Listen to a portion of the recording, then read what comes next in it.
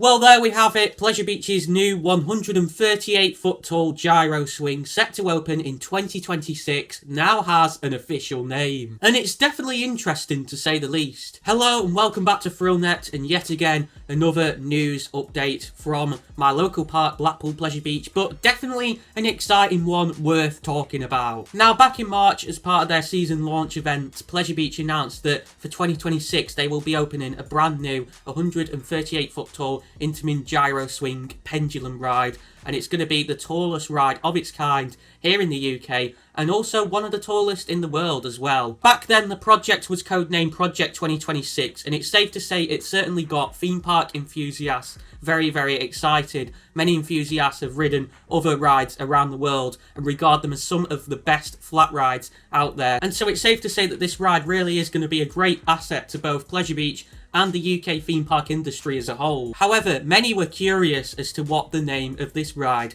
would be. It was clear from the initial teaser video that was put out that it had this kind of snake stylization to it, which is interesting as Icon, an existing ride at the park, has a very similar stylization, with the trains on that ride featuring a design that is definitely reminiscent of a snake's skin. But today we've finally received the confirmation we've been waiting for, as Pleasure Beach have now released a second teaser video confirming that the new ride is in fact going to be called Aviktas. We see what is clearly another mock-up of an Intamin Gyro Swing, followed by what I'm guessing is the ride's logo. And again, we can clearly see this snake design going on. We've got a golden snake as part of the logo. And I love this bit of text they've included at the end of the video as well, transforming the skyline at 138 foot. It really does emphasise that this ride is such a big deal for the park. Now, don't get me wrong, this name hasn't really come as a surprise, as eagle-eyed enthusiasts spotted around about 4 to 6 weeks ago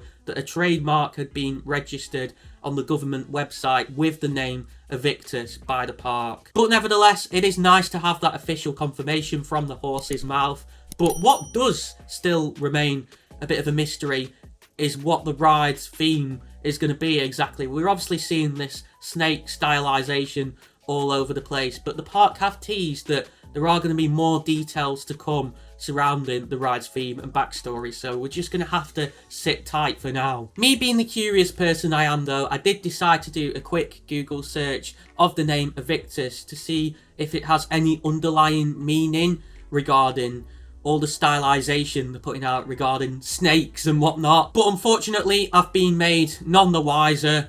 All I can see here is results regarding the name's confirmation itself. We've got some construction updates on the ride, people using the name Aviktas in the title of the videos following the discovery on the government website. Shout out to Dive Loop Coasters, by the way, great channel, definitely go and subscribe to that. I really like the ride's logo, if it is the ride's logo.